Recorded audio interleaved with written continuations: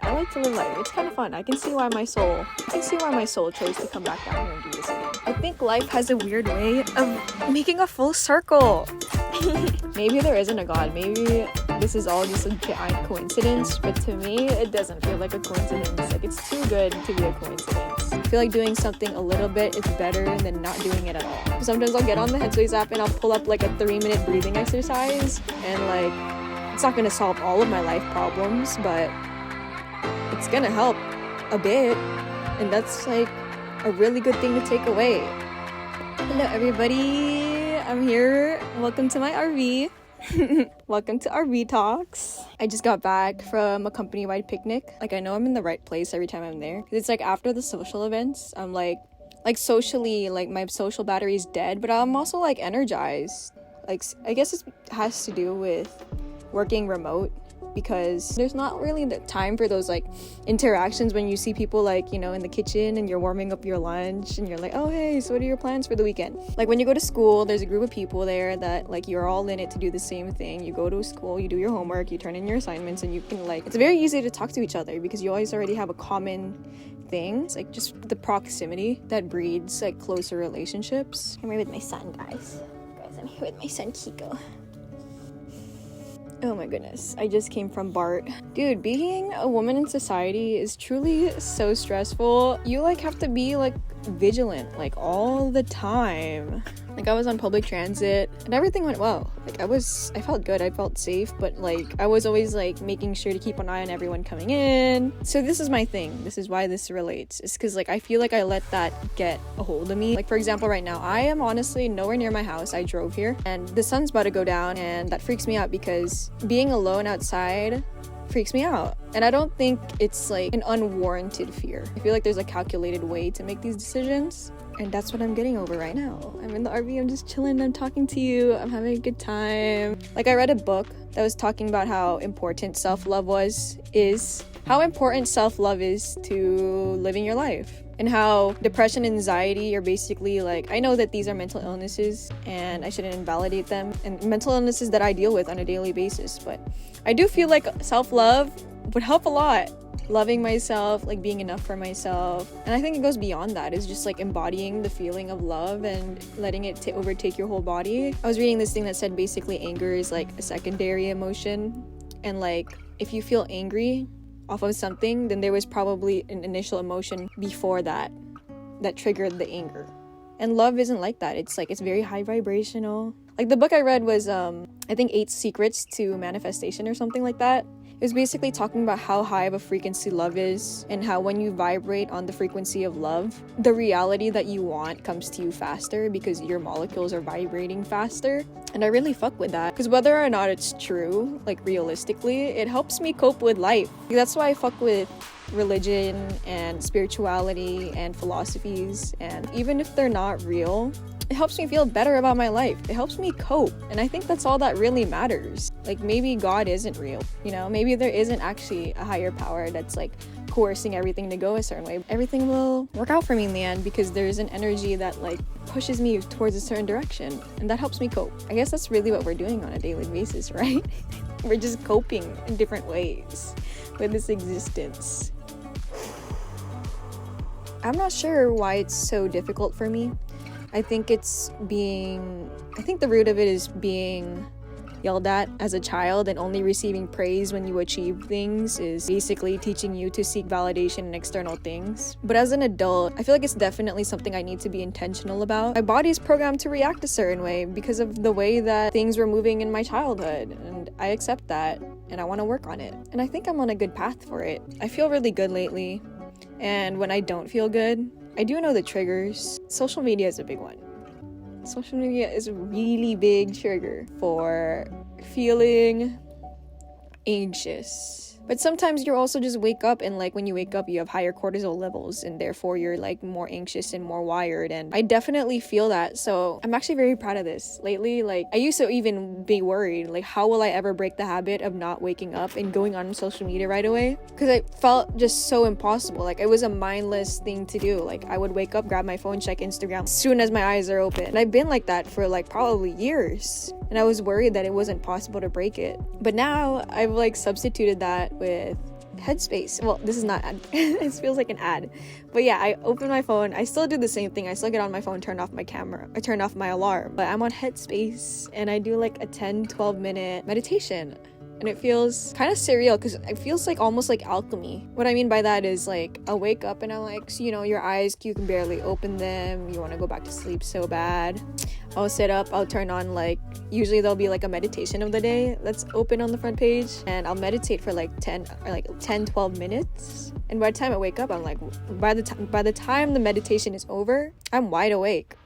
It's very surreal because it's like I just took like that 10 minutes to wake up. It's really nice. 10 out of 10 would recommend. Right now I'm at like 650 minutes meditated total ever in my Headspace account, and my goal is to make it to 1,000 by the end of the year. But yeah, the Headspace app is honestly, okay, this sounds like it's an advertisement and I wish it was, but wow, the Headspace app, wow. Like, I love the little 3-minute breathing exercises because sometimes, even though you are anxious and you should take the time to be present, sometimes you don't want to take the time to be present. Sometimes 12 minutes, especially when you're anxious, feels too freaking long. Sometimes I'll get on the Headspace app and I'll pull up like a 3-minute breathing exercise, and like, it's not going to solve all of my life problems, but it's going to help a bit.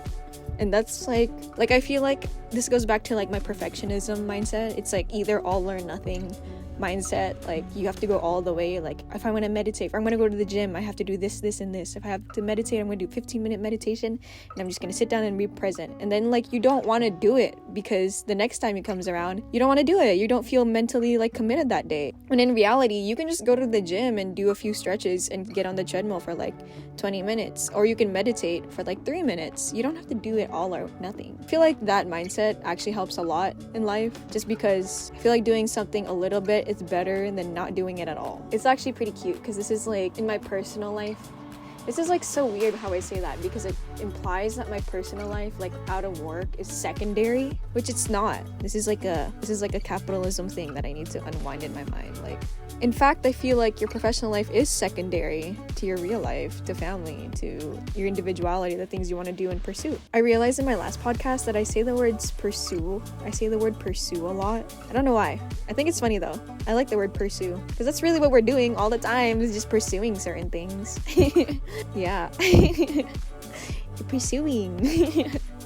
Oh yeah, the all or nothing mindset. I feel like it works for work too, because like in work I'm like, for some reason I'm so not convinced, but I brainwash myself to thinking like, oh, they're paying me, so I need to do 8 hours of deep focused work, when in reality that just doesn't happen all the time. Like, maybe you get a few hours of deep focused work and then it's like mindless, like answering emails and stuff. And I think that applies to everything in life. Like, it doesn't have to always be all or nothing. Yeah, I don't know, I really fuck with the process of getting lost in something. Like right now I'm sitting here and being present. This is a part of the process, and then after this I'm gonna upload it to my computer, and then I'm gonna edit it, and it's gonna be like, it's just seeing something from start to finish is like the most gratifying thing in the world. That's why work is frustrating for me sometimes, because that's just not how it works all the time. Like, you don't usually see things from start to finish, or the process from start to finish takes a really long time. I don't know, maybe I'm impatient. Also, dopamine.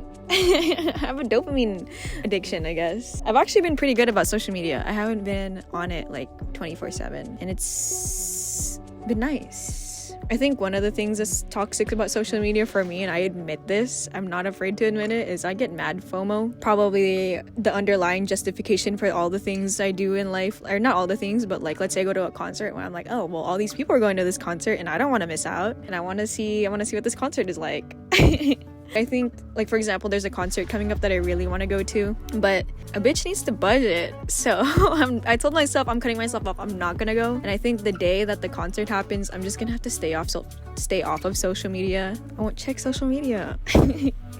Because that shit is not mentally healthy for me. I have a headache right now, guys. That's what I'm actually feeling. I don't know why. I was drinking water the whole day. Guys, does sparkling water count as regular water? But in general about life, I'm actually feeling pretty optimistic lately. I feel really good. I think I'm getting better at pivoting or letting myself feel a feeling.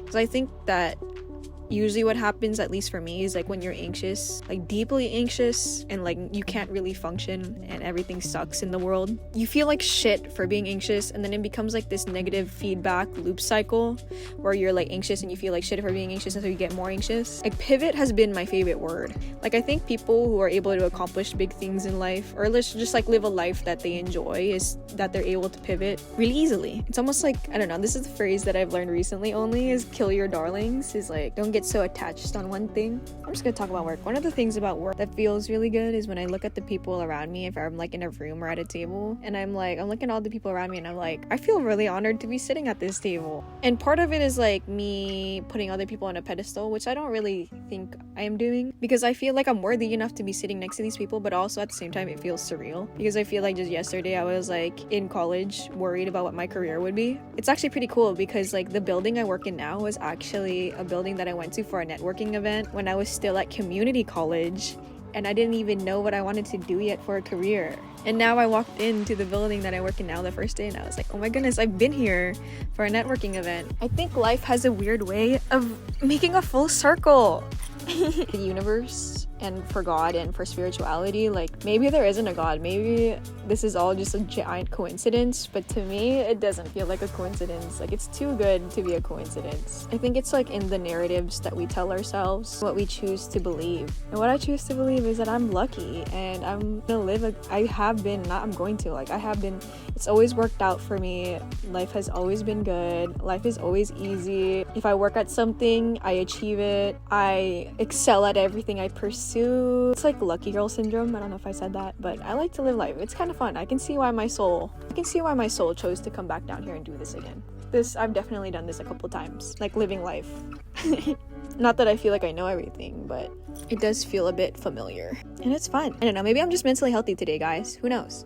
Am I just mentally healthy? Am I just like in my RV with the candle on and with my vines on or something, and I just got back and had a good sunny day?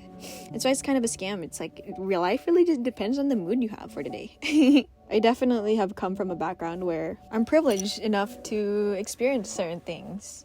My parents helped me go to college, like basic things like that. Like while my parents are not like high status, like I'm lucky enough to live a life that facilitates the mindset of everything always works out for me. And like I don't believe that life has to be hard. I will forever and ever believe that life is easy and everything that I pursue comes to me easily, and as long as I work, I'm consistent at whatever it is I pursue, like it will work out for me in the end. But I am pretty good also at being spiritual and doing the work and doing the shadow work and the journaling and the manifestation and the affirmations, goal setting. Kiko's hella mugging me, like who the fuck are you talking to? Kiko, come here.